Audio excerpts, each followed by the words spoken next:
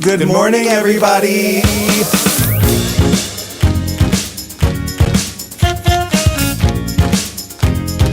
Wake up. Wake up, wake up. In Provincetown. This week featuring Wake up, wake up. Can I have some coffee? Wake up, wake up. Make it strong, please. Hey. Oh. Hey. Wake up, wake up. Oh. I would love to always have a warning like that. Yeah. Like here's when it's happening. No, really, can I have some coffee? Good morning, everyone. Hey guys, it's Friday, September 2nd, and you know what that means. It's September. It means it's Labor Day weekend. Can you believe it's already Labor Day? Yes and no. Can you believe it's already September? Yes and no. Today it's 66 right now with a high of 70. It's that crisp, cool September air that we all love and wait for when it's 900 degrees out. But then we start complaining that it's not summer anymore. Oh yeah, the second it happens. Are you going to complain that it's not summer anymore? I never stopped complaining. There's no start or stop to me complaining. It's just constant complaining. That's true. You never, I mean, it's not even really the end of summer. Summer officially ends on like September 22nd or something. But also, this is what we call towny summer. Well, Yeah. I mean, after Monday. Yeah. We still have to power through one more really busy weekend. If it sounds like I've got a frog in my throat, I'm not sick. I just lost my voice Wednesday night at Arthur Ashe Stadium. This is a picture of Arthur Ashe. Isn't this a fun shirt? That is a fun shirt.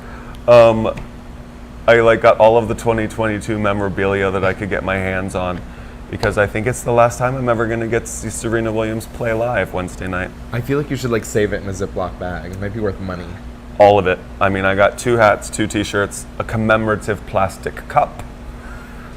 Nobody loves a commemorative plastic cup more than this guy. Trust me. If you ever go to a concert or a show or anything, like a Broadway show, don't get me the generic one. But if it has the name of the show on it, bring it home to Papa. I just imagine Peter opening your cabinets and just like an avalanche of like plastic, like those cups that you get the margaritas in that are like big at the bottom and then skinny and then tall at the top. Only if it has the name of the event on it. I want a memory. I don't want a piece of junk. Memories. We made memories Wednesday, Serena and I. I think we can all agree that it is a memory and a piece of junk. Well, yes. Most commemorative plastic cups are pieces of junk and probably recyclable. But the memory that's attached to it is a treasure. The memory is forever, or at least until I develop dementia or Alzheimer's, whatever old age thing is coming for me that's going to make me forget everything. Cancer. Let's talk about fun things instead. Jesus, Mom. How was the U.S. Open? It was legendary. It was probably the most fun I've had at a tennis match ever. The commentators on TV were like, "This is the loudest match I've ever been to," and it is because it was a record-setting attendance that day for the tournament, and everybody was there for Serena. I feel bad because it is poor etiquette in tennis to applaud the mistakes of anyone, but 30,000 people were applauding the other girl's mistakes, and she cried in her post-match interview, and she was like, "I know it was her night, but it just really hurts, and I know I shouldn't take it personally, but when people are applauding your every mistake, it really stings." And I was like, "Suck it up, Buttercup." Serena won. Serena won on Wednesday. She plays again tonight. She and Venus, I think, lost their doubles match last night, unless they turned things around at the last minute. But I didn't get home till 2:30, so I'm really tired. Yeah. And then just said, we have a great show for you today. Yeah. Let's tell them who's on the show. We have a Tango coming in to talk about the Washashore Music Festival this upcoming Indigenous Peoples Day weekend. The 2nd annual Washashore Music Festival. I had the pleasure of being at the like kind of inaugural event of Washashore. It was like a small little staff party concert during COVID, so it was just like 10 of us out on the patio. We saw GA20, who was a band that came, and they were like, we wanted to do it this year. Obviously, COVID put a big damper on that because it was 2020. So they brought in a band for our staff party. It was super cute. But last year it was in full swing, and it's back again this year. We also have Yoli coming in. She has a show at the Crown and Anchor Wave Bar every week, and she is also one of the performers for the Washington Music Festival. The new bird in paradise. Yeah. Have you gotten to see the show? Not yet. I worked mean, that night. So it's tough. Yoli sang at Jonathan and Paola's wedding. That was and the first time I heard her sing as well. tears streaming. I mean, even when that woman with the dog was pulling focus, all you could hear and see was Yoli. I love that. Like that's gonna be the thing remembered from Jonathan's wedding. That woman with the dog. It's the thing that Bob talks about most from that wedding. Right. Well, the reason that I do that is because I don't like to talk about things that like most people weren't allowed to go to in a fun way. I'm like, oh, there was this horrible thing. That's all I remember from it. So that, it doesn't sound like we're rubbing in that we got to go to this truly beautiful, amazing, once-in-a-lifetime event. You know what I mean? Yeah, it really was incredible. And that person was there. Yeah. I also sat down with Jack Pearson yesterday, went to the his show, and we had a really great conversation, so we'll see that later. Were you as nice as me? Yes. He said I was very nice. He did? Yeah. I love Jack Pearson. He was so much fun to talk to. See? Yeah. And his dog Chico was there. He was so cute. 13 years old. No way. Chico's elderly. Cute. Jumped right into my lap at that barbecue last weekend. Yeah, so those are our 3 guests today. Let's hear some headlines from... Wait, what did you do this week? I kind of had a very chill week. Worked a ton, sat at the beach a lot. Sat at the pool a lot. Kind of just, took advantage of the weather for what hopefully is not, but seemingly might be our last beachy, pooly weather. Right. I mean, tomorrow's going to be 74, which is warmer than it's going to be today. But it sounds really nice for the White Party. Oh, right. If you don't already have your tickets for the White Party, whichever, hopefully you know, and if you don't know, is a fundraiser for the Outer Cape Health Clinic here in town. The last time the party happened, I think the team raised upwards of $90,000. Damn. And this year, Bob Lindsay has set another record, I think over $100,000. The tickets, the bulk of them sold out in less than 10 minutes when they went live on the internet. Wild. It was like, I don't know, Taylor Swift tickets. You could not get 10 minutes after they were available online, you couldn't get one. That's wild. Fortunately, if you're somebody who wants to go but doesn't have a ticket yet, I believe there are a handful, if you have really big hands, a big handful of tickets available tomorrow before. At the door or before the door by a little bit. So, go down there and try to get a Just ticket. mob the place. No, but you know what I mean. Yeah. It's going to be beautiful. Yeah, it's really exciting because this is the first time it's back since pre-Panny. Since 2019, so this is the first White Party live in 3 years. I'm really excited. It's one of my favorite days of the year. I in honor of it, I wore all white today. Also, all U.S. Open memorabilia. Is this going to be your look for the party itself? No, we're not allowed to wear this much clothes. Less is more. We're outside. It's usually hotter than 74. Right. It's going to be really, really fun, and like I said, it is for a very good cause. Yeah, we'll get some pictures for you for next week. And I'll come in after the White Party to make sure you're not dead at the Red Inn. I will be. That day tends to be incredibly insane at the Red Inn. I'm looking forward to it. Because all the White Party people come over? Yeah, they stop by on their way, stop by to get a bite afterwards, but it's fun. You get to see all the looks. And It's everyone's in super such a fun. good mood, yeah. What other huge events are there this weekend for Labor Day? Is Marilyn May is here, 94 years old, cabaret legend, performing at Town Hall, I think. Yeah, Peter's going tomorrow. Oh, that's awesome. I have never seen her. She eats at Cafe Heaven a lot when she's in town. He said she's so lovely, so kind and generous of spirit. So go see Marilyn May too. Yeah, also today at Joe Coffee. At what time? It's a pre-tea toast. Yeah, pre-tea toast from 4 to 5:30 at Joe Coffee. They're doing a Victory Fund pre-tea toast. If you don't know the Victory Fund, they are a fund that supports queer candidates that are running for office. They're really great. Julian Sear works with them a lot. Me and Bob did a little event, a virtual event with them during the pandemic. It was a fundraiser, and we got to chit-chat with Malcolm Kenyatta, who was really incredible, one of my favorite politicians in the scene. He's Rafi, Brian. Yeah. We've gotten to meet a lot of people through the Victory Fund. Yeah. So go to Joe Coffee today between 4 and 5:30 to toast with Julian Yeah. and Trevor's crew. former mayor. Oh, yeah.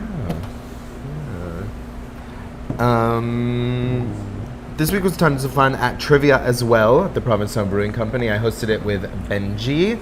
It was I think it was the busiest one we've had. Really? It was kind of bananas. We had like 19 teams. It's a lot. Outside there? Yeah, it was. I love it outside because everyone kind of is together. It's beautiful out. When there's 19, are they inside and outside? There was 3 or 4 teams inside just because we couldn't squeeze them all in there. But the past 2 weeks and for the next few weeks, we're also doing a contest at trivia for the best team name.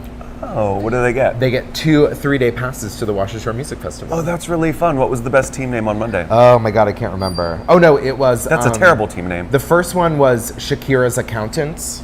Shakira's Accountants. Why?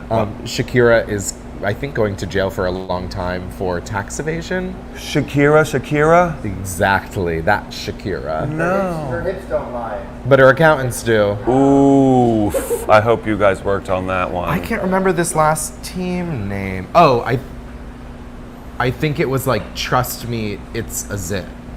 Oof. Yeah. Monkeypox humor. Yay. As we head into the fall. Ooh, speaking of monkeypox, just a few updates on things that are happening in the country. Unfortunately, on Tuesday, the Texas Department of State Health Services released a statement saying that the first person with monkeypox passed away. It can kill you? The CDC also released a statement and said that yes, monkeypox, like death is a possibility, although it is extremely, extremely rare. And on this case, the patient was severely immunocompromised, and they said also had other health issues happening. They're investigating to see what role monkeypox did play in his death, and he had monkeypox and passed away at that time. They're unsure if that was the specific cause or just like a contribution to the myriad of health issues this person had going on, which resulted in their death. It bears repeating to be vigilant and careful and aware. And get vaccinated if you have the opportunity. I know there's a lot of people across the country that are still working really hard to get their second dose, and in some cases even their first. So, and remember our initiative that we started with State Senator Julian Steer, hashtag Dicks Out, Lights On. Turn the lights on when you bring that trick home. Is that our initiative? I don't know. That's the hashtag now. Yeah. Lights on. Just turn the lights on. There is some good news. This past week, it was the first since the big kind of outbreak happened with monkeypox. It's the first week where there seems to be a downward trend in new cases. Okay.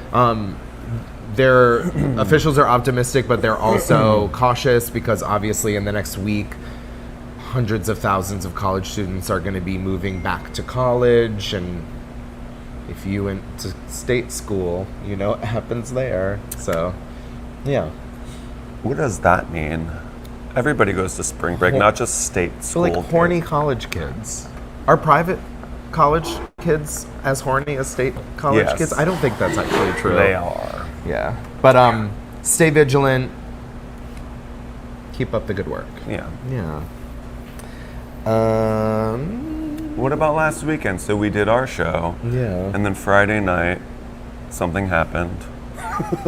Not for me. You didn't do any. You just worked and went home. Well, I worked the underwear party last night. I worked the underwear party on last Thursday, and then I do my show, and then I work a bit here at the brewery, and then that tends to be it for me on Fridays.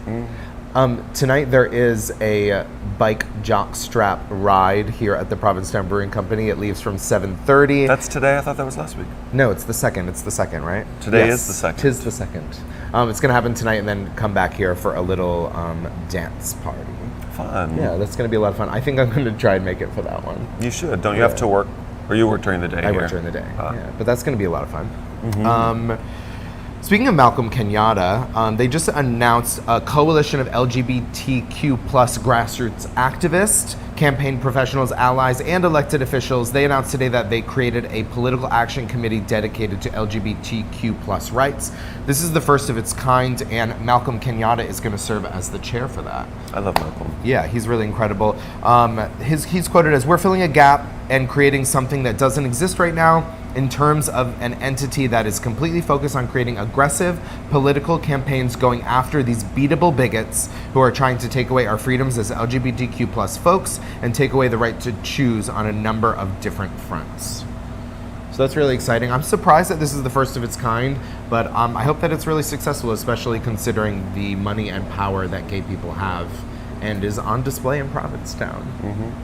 I mean, well, just like we were saying with Billy Eichner last week, first of its kind stuff keeps happening, and it's like, it's 2022. How has this not happened before? Let's get all the first of its kind stuff. Let's get it going. The movement is still happening. It's ongoing. There's work to be done. Yeah. Bros in theaters everywhere on September 30th. Have you been privy to him kind of getting eaten alive on the internet these days? Billy Eichner? Yeah. Eaten alive? channel that we can watch? What? Oh my god. What? But For so what? He said a lot of the same things that he said in our interview last week with in an interview with Variety, and I think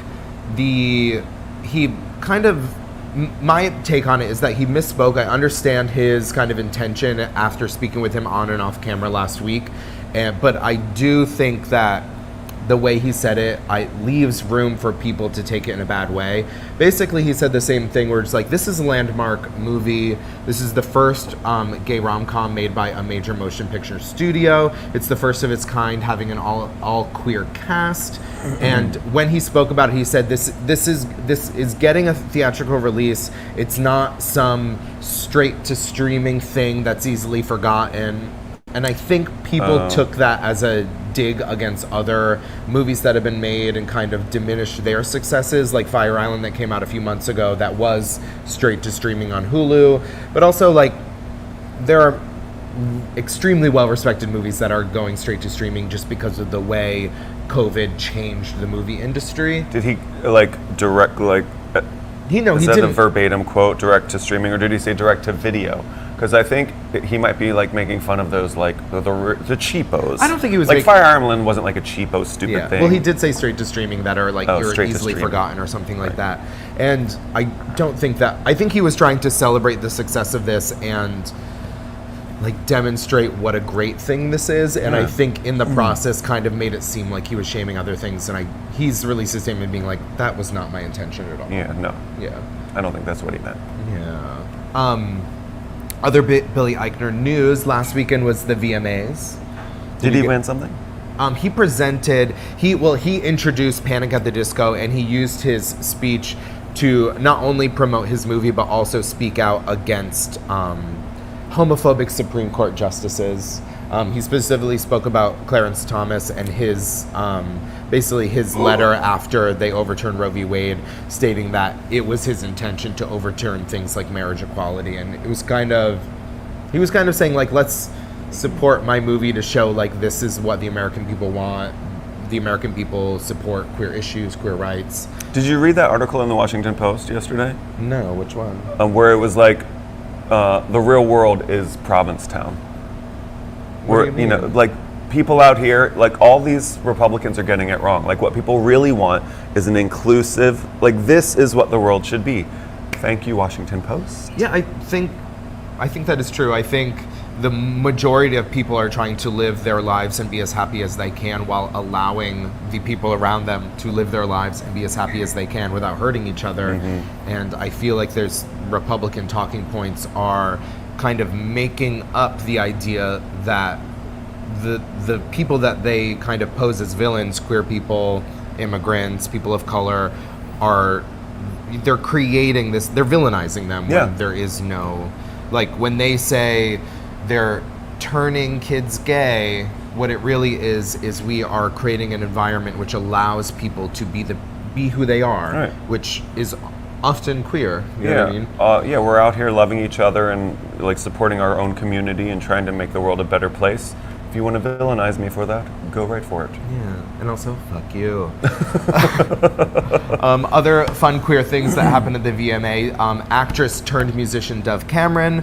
She won for Best New Artist for her videos Boyfriend. And she used her speech, she dedicated the win to all the queer kids out there who don't feel that they can take up space and inhabit the fullness of who they are.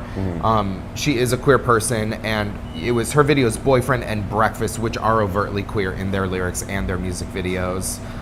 That's really cool. Lizzo used her win and speech to brush off the haters. There was, over the past week, there's been coverage and talk about her, which is body shaming. One journalist says he couldn't help but think she looks like the poop emoji.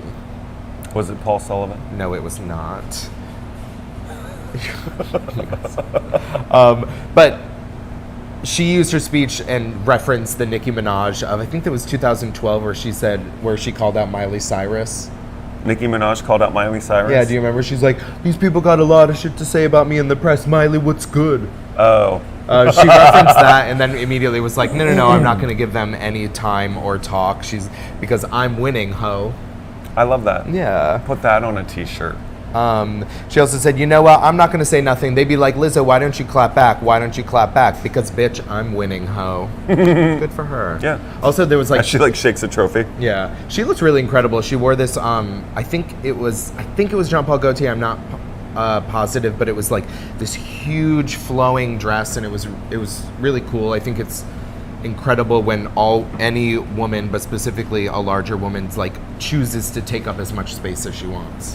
What's that saying? The lion does not concern itself with the opinion of sheep. Yeah. She doesn't need to address any of that stupid bullshit. Yeah. Also, Taylor Swift got a lot of talk. She wore this like diamond encrusted dress, and it like kind of is akin to the dress she wore when Kanye West interrupted her, and also the dress she wore in Look What You Made Me Do, that video. Mm-hmm. You're a Swiftie, right? Mm-hmm. So she also announced she's releasing an album on my birthday. Why did you say it like that? Because I'm mad. Why? Because I don't want it to happen on my birthday. You are so dumb. Everyone's going to be listening to Taylor Swift on my birthday? Yeah. No. Yeah. Get a load of this guy, everybody. What else do I got? Also, there was a special election in Alaska this past week to replace their singular congressperson who passed away. The Republican frontrunner was everyone's favorite, Sarah Palin. This was kind of her political comeback, and fortunately for us, she lost. She pale in comparison to the Democratic rival. How long were you workshopping that one? I just did that. Good work.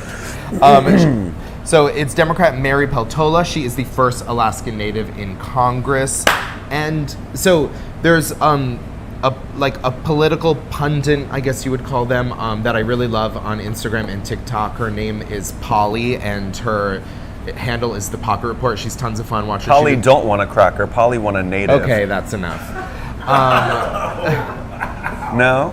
But she gives really great political coverage in a very comedic way, and it is tons of fun to watch and is really informative. But she posted right after the election, she's like, I know this is probably not going to happen, but I think there's a very small chance that the Democratic candidate might end up winning, specifically due to the fact that Alaskans don't understand the way ranked choice voting works. And then when this happened, she kind of was like, I think that's why it happened. Basically, they recently instated ranked choice voting in Alaska, and because of a lack of education, they saw on a lot of ballots that specifically Republicans, because I'm fairly certain Mary Peltola was the only Democrat on it, but a lot of Republicans were voting for a Republican and then not picking their second and third choices, which means those votes kind of just go away once that person isn't in the lead. And basically, if they all just clicked a few more names under Republicans, Sarah Palin would have probably had enough votes to win.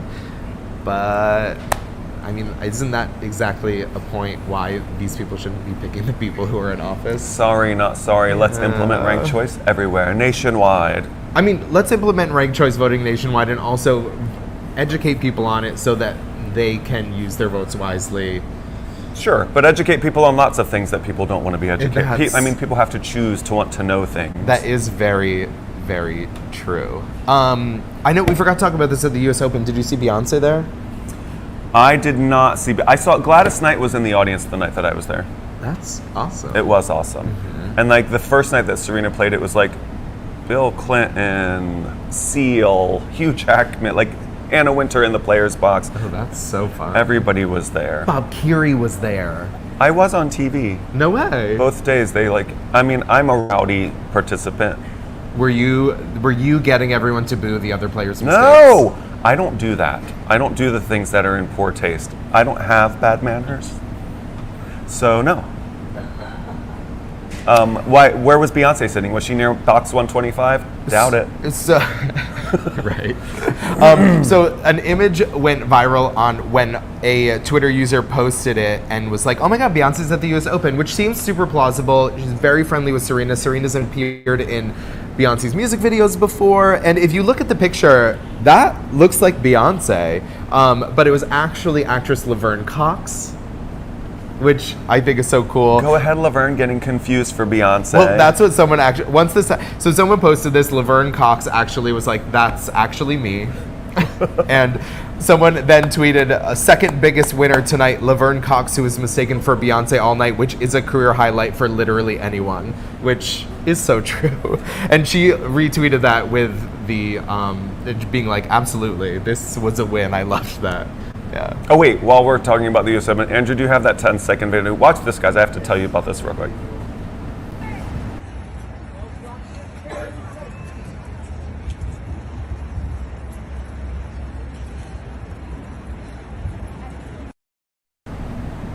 Good. So Wednesday night I saw Serena, so happy to see her. Yesterday I went back in the afternoon session and had like probably the best seat I've ever had for a match. As you saw, I was like right next to the plate where they towel themselves off, to the point that I could like whisper and the player could hear what I like. Wait, really? Yeah. So that woman that you just saw was Alizé Cornet, a French player who's constantly talking about retiring, and I used to hate her. I still kind of hate her because she beat Serena a couple times during like peak Serena, like 2014 Wimbledon. Is that a reason to hate Yes, someone? absolutely. That's a reason to hate somebody. But there she was yesterday, and I've never been so close to where I can hear what they're saying to their coaches. And she literally was like, "I'm exhausted. I can't fucking return," in plain English. Like she was saying some stuff in French and some stuff in English, and she was like, I feel so sick. I could literally die on this court." And I was like, God, what a drama queen. And I was texting my friends, and they were like, "Just coach her. Just tell." You got this. They were like, "Next time she comes over to towel herself off, just coach her." And she came over, like she was like losing the second set 6-1, and she came over to towel herself off, and I was like, "You have overcome bigger obstacles than this. You can do this." And then she ended up winning the match. Did you turn and go, "Who the fuck are you?" I'm just saying, if you have a chance to whisper into somebody's ear and give them some inspirational words when they're feeling at their lowest, even if they're somebody that you hated 8 years ago, you should probably do it. I felt really good that she ended up winning, and if I had even a little part in her victory, I am happy for her. She probably just pictured your face every time she served. Well, literally after I said that, she called a medical timeout. Like she went and sat in the chair and was like, "I'm dizzy," and I was like, did I make it worse? But she won. I mean, it has been coming to light recently, specifically with players like Serena, which is like these people go their whole lives being really amazing at these sports, working really hard, and then all of a sudden when they reach a certain level of success, which is what they want, so it's not necessarily all negative, but then they're like thrust into like interviews and all this stuff that they like, you don't kind of think ahead and be like, "Oh, it's going to be 3 hours of playing." How long is the tennis game play? A long match is 3 hours is a long girls match. And then it's straight to the press where you get asked the stupidest questions. Why over did and you over lose? again. When are you retiring? Right. Like, you know. And like that, not only is that obviously physically exhausting to play, but then you like have to go to this like mental exhaustion. Mental and emotional exhaustion. Yeah. So I feel for those people, but I mean they've also entirely achieved their success. So, oh no, my computer died. Let me read from my phone. Are tickets live yet for the Provincetown Wine and Food Festival this November? I think they went live last week. You guys get tickets. It's also the second annual Wine and Food Festival. I love that Wash Ashore and the Wine and Food Festival started at the same time. Yeah, also our Provincetown is the same weekend as the Washington Music Festival. There's tons of stuff going on this fall in Provincetown, so get your butts here Fall for is all getting of it. bigger and bigger. This shoulder season action. Yeah, and if you ask any local, when do they say their favorite time of year is? The fall. September and October and November. Yeah. They're three of my 12 favorite months here. The theme for this year's is Portuguese wine, right? Is it? Yeah. Matt King, is it Portuguese wine? Yes. He's watching right now, I know. Hi, Matt. Get your tickets. Yeah. I think it's the first weekend in November. It's going to be fun. Yep. Yeah. If you weren't here last year, it was like that weekend is typically like kind of a snooze, very low key, and last year it was so lively. Town Hall was packed for their grand tasting, and kind of like I went to Harbor Lounge after the grand tasting, it was packed, and I have to probably say that like it was very much in part due to the Food and Wine Festival, bring a ton of people to town, which is exactly what we need in the fall and winter months. Absolutely. I got to go to that grand tasting at Town Hall and the high-end one that happened at Cafe Heaven. It was like a caviar pairing. Work. That was fun. I went with Susan Tran. That sounds like a blast. That was super fun. Yeah. I think I have one more news story. Your computer died? Yeah. We're buying you. The show is buying you a new computer. With the no money? No, there's money. We talked a few weeks about the Q nightclub in New York going through kind of drama with their owners, and there's more drama with, I don't want to say drama because that seems like it trivializes it, but there's more things going on in the New York nightlife scene. Michael J. Cohen, who is the owner of Motel 23, a nightclub in New York, has had some allegations of, being accused of sexual misconduct by numerous young queer men. Accusations include that he groped or pressured men to have sex or send nude photos, as well as a claim of sexual assault. He opened the gay bar Motel 23 in 2020 and had previously worked as a promoter in New York. And I was in the same space as someone from New York who, when this kind of came to light, and he got the notification on his phone, and he celebrated because it's based on my conversations with New Yorkers, it seems like a very commonplace thing to have been allegedly on the receiving end of kind of this lewd behavior from this guy. Yeah. He's previously worked in LA as a talent manager, including representing Daniel Franzese, who is he was in Mean Girls and also Looking. Oh, yeah. NBC News reached out for a comment from him, and he said, "I don't recommend working with him," and didn't comment further. Yeah. That's enough. That's a statement. Yeah. Take down all the monsters. Yeah. So this all came to light because of an Instagram account that was created to shed light on this person's behavior. The person who created it said that he created it because when he went to one of these person's parties, he was told he could get in for free, but his black friend was told that he had to pay a $250 cover. What? So fuck that guy. Bye. Gone. Canceled forever. Also happening this upcoming week is we had them on the show before, the Skivvies. They are New York legends, and they have tons of our favorite townies in the show. It's going to be Jonathan Hawkins, Yoli, Brittany. Wait, Yoli, are you doing that? Skivvies? You are. No, I'm sorry. Brittany. It's going to be Brittany Jouot, Jonathan Hawkins, Kaya Cristal. Speak of the devil. Speak of the devil. He walked right in. Jonathan, hi. So be sure to check that out this week. Yeah. Oh, Coco Peru is this weekend too. Did you get to see that? No, I was out of town. I just got back today. But Coco, her final show at the Pilgrim House, I believe, are this week, Sunday, Tuesday. Check her out. Yeah. I love Coco, legend. Perfect. I think that's all I got. Let's sit down with Jack Pearson. So yesterday I got to hang out at the Amarola Gallery and hang out with Jack Pearson. It was so much fun. Check out our chat. The Amarola Gallery with Jack Pearson, photographer.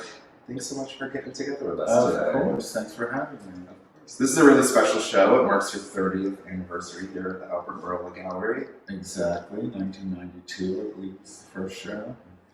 What keeps you coming back to Provincetown? What keeps you coming back to the Albert Amarola Gallery? Well, probably the same things. It's just a delightful place to be, Yeah. And these guys have been my friends for a long time, and we always have fun doing the shows. And so it's easy to say yes. And P-Town, too. Who can say It's that? not P-Town? too bad. Yeah, exactly. But you are kind of a Massachusetts man. And I grew up across the bay, and so P-Town's kind of familiar and in my blood to me. Did you make it to Provincetown as a child? When did you kind of first come to Provincetown?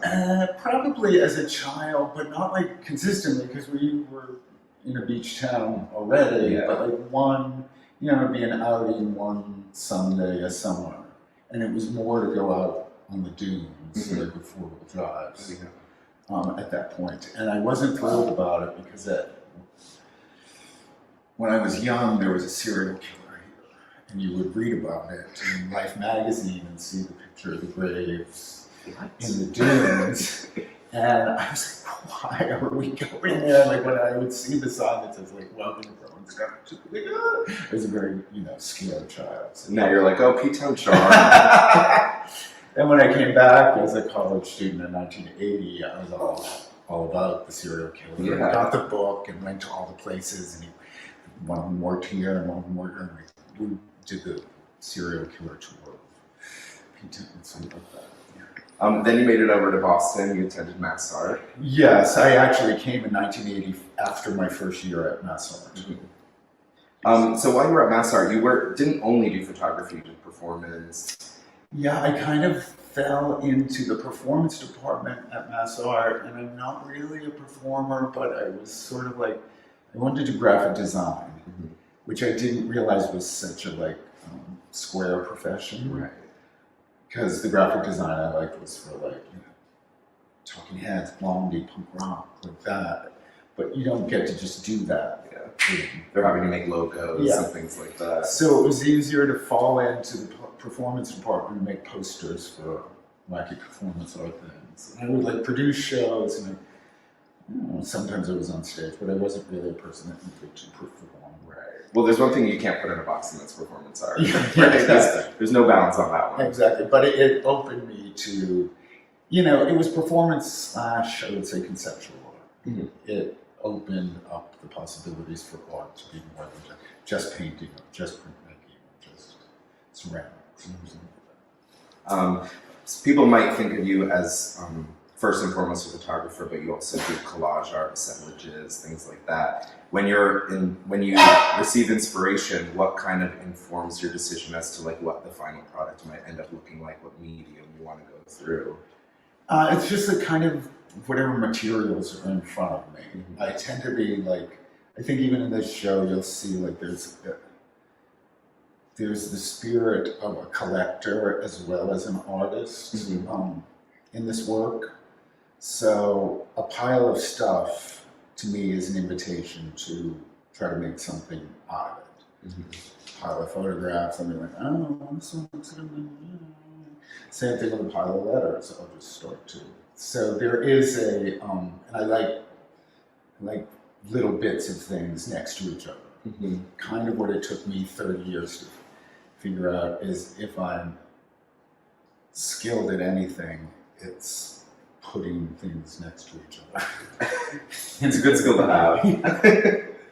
And I can put things next to each other really well. That's your new byline, right? So the show here, Miss Otis Regrets, what kind of brought this to fruition? Well, it was a good way to sort of we wanted to do something that was vaguely retrospective in nature. So a lot of these word pieces are ones that I have done in the past, but maybe in a bigger scale that maybe weren't, you could put some big ones in here, but you can put many big ones in here. So, and I've had a pile of small letters that I tend to collect and then ignore. I just decided, okay, we can make some small word pieces for the gallery. Let's bring the pile into the forefront and work from it. And so some of them, Stay is kind of the classics, and they have a dollhouse version of it. And I've done Faith before in a massive way that was incredibly big. We did a small one. And it was just a way to do a new thing here. Really cool. Then you also have kind of a secondary show in the back here. It's called The Remnants. Yes. It's kind of a collection of a lot of your works over the years. Yeah, well, what happened here is that when I used to print my own photography, even at color photography, making prints in a color photograph way is really hard. And it used to be even harder than it is now, and it's still really hard. But it used to be 1 hour to get a test strip, and it might be wrong. Right. And so ever since art school, I have kept every I worked on this an hour. If it's not, I'm keeping it. Not letting it go. Yeah. So even when it transferred to other people doing it for me, I said keep all the test strips because I'm also New England and cheap. And You better keep it. Like, the soap gets used down to there. And so I moved into a studio that had space, and so we were able to consolidate some storage units that I hadn't seen in 10 years. And it was like boxes full of these test prints. And I was ostensibly saving them because I used to make collages that might look something like this out of them. Mm-hmm. And I still make something that looks like this out of them sometimes, but I have way more than I needed. And I just was thinking, like, I started to go through and be like, okay, we're gonna throw these out. I have kids in my studio that this looks like a tintype to. Right. They're like, you're gonna throw that out? Yeah. And I was like, what? Like, I had to readdress the idea that it wasn't just crap. They're like, but it's a color print. Yeah. Right. You know what I mean? I'm like, yeah, and inkjets are better. So let's get rid of these. And I don't know, just it was, Christmas was coming. I had friends, Gordon Robichaux is a nice gallery in New York. They had a lull. They had a room about this size. It was like, what if we did like a flea market for Christmas? These all cost $100. We'll stamp them. And it was like really fun and a huge success. Also to like revisit all your old work. Yeah, and then it's, I mean, I kind of feel pretty familiar with most of it anyway, but like for other people, it's a cool thing. And the other thing that got this going is during, whatever, I like ephemera. It's another pile of stuff I can have. And like, it doesn't matter to me if this was the, 30 by 40 signed edition thing. It's like, oh, this came from an artist studio that I like, and it's got his name on the back, and it's only $100. I'll take that. Oh yeah. You know what I mean? Mm-hmm. It doesn't have to be the big thing for me. I'm just as happy with stuff torn out of magazines. Mm-hmm. You know what I mean? Yeah. And so I just gambled that other people would have the same sensation, and they do. I do see a few familiar faces amongst the work. Uh-huh. Do you often photograph when you come to Provincetown? I did. Now I tend to be lazy, but I photographed this year. The first year I was here, I did a fashion shoot for a magazine called Double, or Double, as Americans say. And we took some pictures. Really? And a lot of these were somehow fashion shoots that I used locals in. Really cool. Yeah. So your show is here up at the Albemarle Gallery through the 16th of September? Is that true?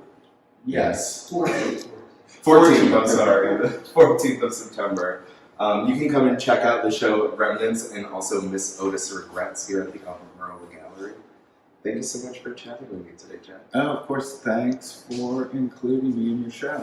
Good luck. It's a pleasure. Definitely go to the Albert Marola Gallery tonight. Say hi to Jack Pearson. But right now, you're going to get a really special performance from Yoli Mayor.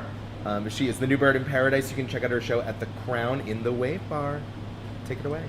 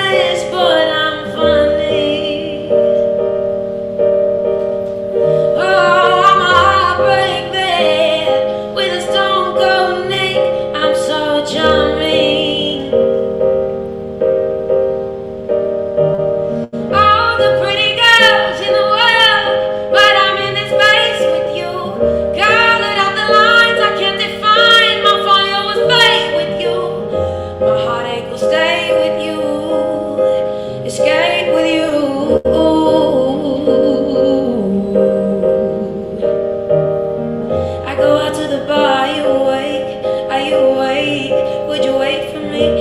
out to the bar for hanging with the stars. Even have a car, would you wait for me?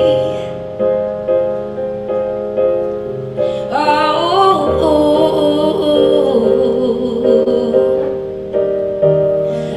the pretty girls in the world, but I'm in this place with you.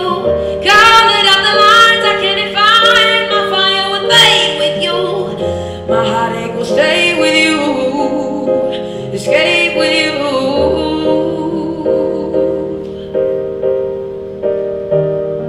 Is it love what we need? Is it love to be the same prophecy? Is it love? Don't make me for so latte. Is it love? Love, love, love. My girls, like I like my honey, sweet and little selfish.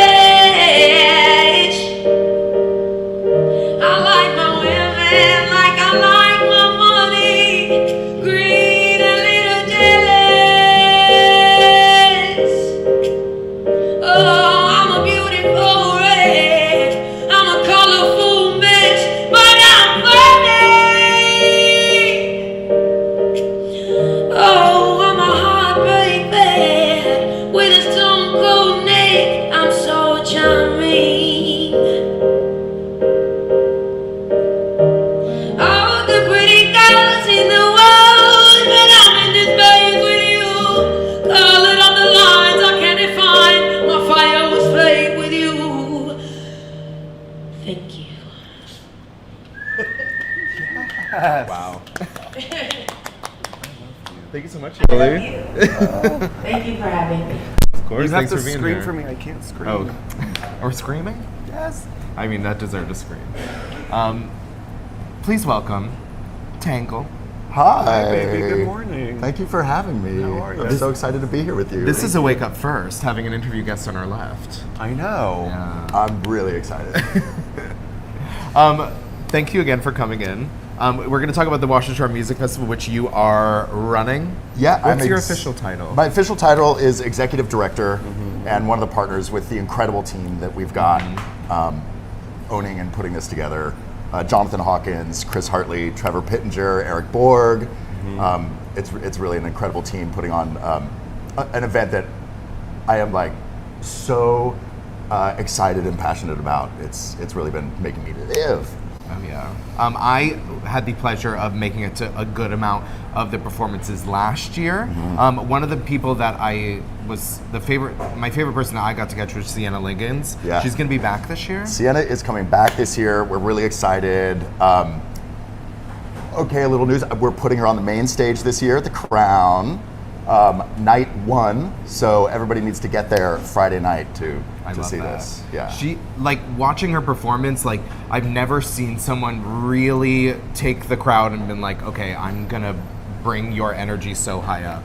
Like, everyone within minutes was so into it, jamming out. It was such a great show. Isn't it? It's an amazing thing when you listen to music on Spotify or whatever, and we listen to all this produced music, but a live show is something very different, and something that like these artists are gonna bring out of us. I think is gonna be 3 days of it. It's gonna be really exciting.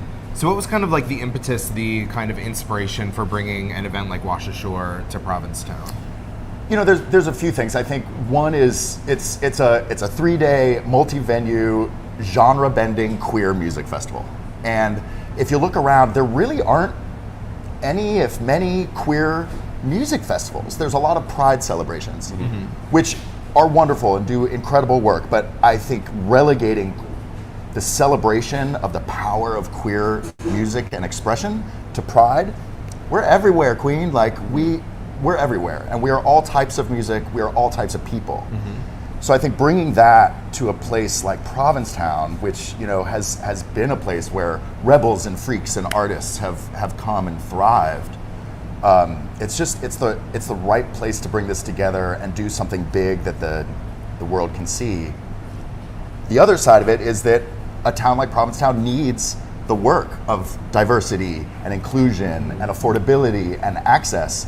And I think the work of doing this, the work of bringing the audience that we want to bring to see this festival means we have to do the work to make it accessible, to make it affordable, to make it diverse, and make people feel safe.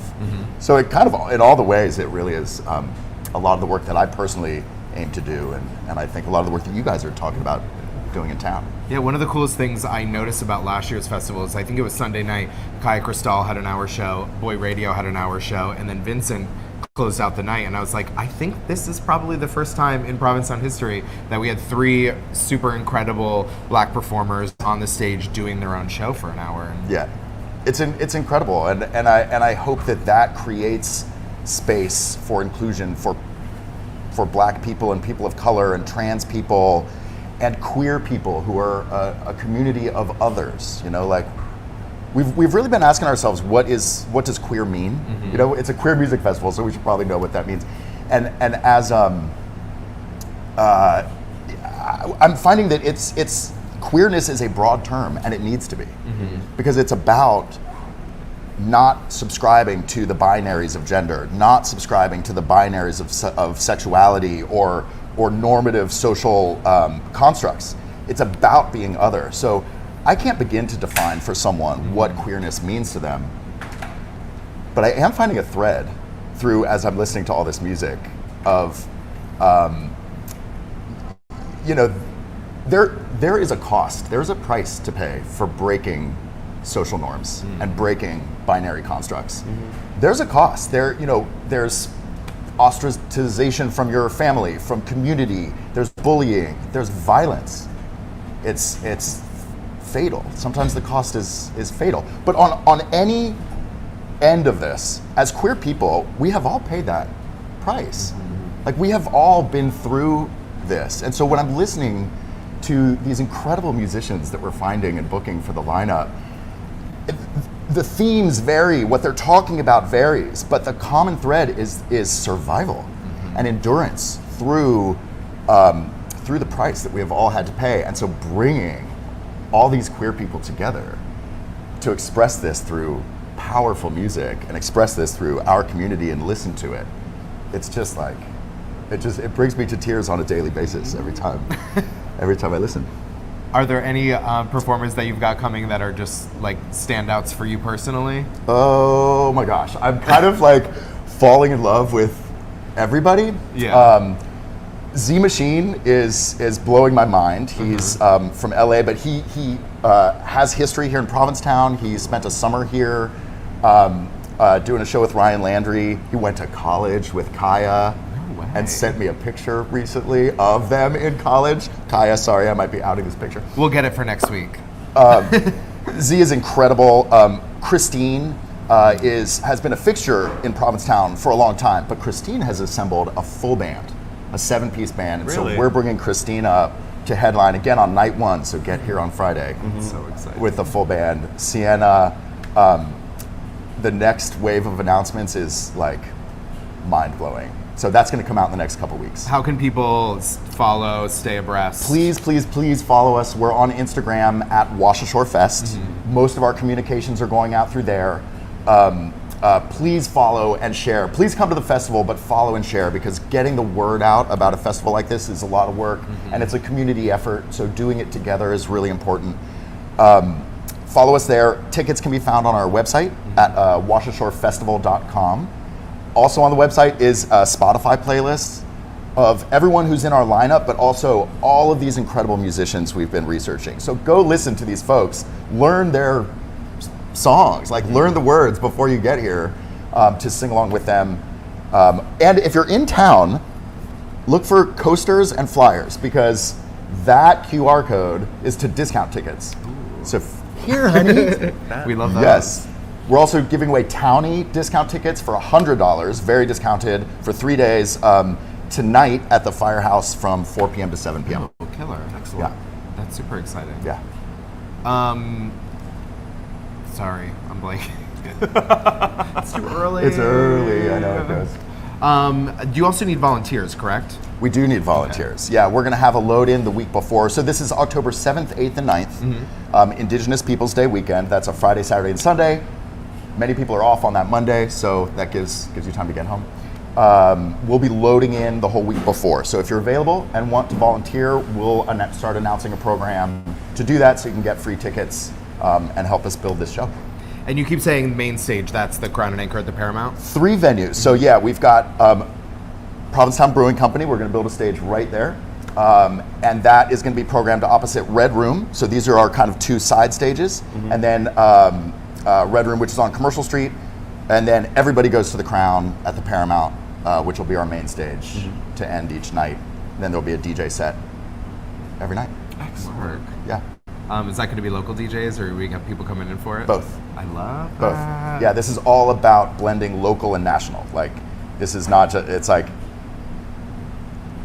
there is something about Provincetown that is a beacon for the rest of the country, if not the world. And making sure that our talent here and that other people who may not know Provincetown comes, it's a really important part of what we're trying to do. And I think this is also the perfect time for something like this because, like, every once in a while a queer artist can break through. I mean, Lil Nas X had the longest running #1 single of all time a few years ago, and the amount of just super incredible queer artists that are making some of the best music out there is so huge right now. So it's super exciting to be able to come to an incredible place like Provincetown and also be able to be introduced or see some of your favorite queer artists in this incredible place. Yeah. Yeah. Thanks. I think that's exactly it. It's like, get to know us. We're going to try to deliver to the world queer artists who you most likely or may not know. Hopefully in time you will know everybody. But this is about amplification and raising up the musicians of our community who are around the country and are amazing. Make your plans now. Indigenous Peoples Day weekend, October 7th, 8th, and 9th. Get here a day early. I would. Get here on Thursday. Go to their website to get tickets. Follow them on Instagram for more announcements. You said you got a new wave of announcements coming out. Our second wave of announcements is going to come in the next week or 2, and it is major. The people that are on this list are phenomenal. I love that. Yeah. Get your tickets. Thank you so much for coming in this morning. Thanks for having me. Yeah. Get back to work. Yeah. Thank you all so much for watching. Thank you to our sponsors, Cafe Heaven, Be Well Cannabis, The Red Inn, The Crown and Anchor, Provincetown Brewing Company, Project Valor Sailing, the Adam Howard Metal Workshop. At 3 Bradford Street. Did I miss any? No. I don't know, did you? Don't forget to go voguing today in the Wave Bar, you guys, with Damon Green. It's 2 to 4 today. Damon's been doing this for a couple of years now. I love him so much. If you want to learn how to vogue, and you should learn how, you should at least know how. 2 to 4 today in the Wave Bar. Whenever I run into him, he's like, "Are you gonna come in?" I was like, "That's not something I'm gonna be good at." He's like, "No, but come and learn. I'll teach you." And I'm like, "Okay, I'll be down." So check that out. Thank you so much for watching. Thanks for waking up in Provincetown. Wherever you are, and we'll see you next Friday. Happy Labor Day, everybody. Good morning, everybody.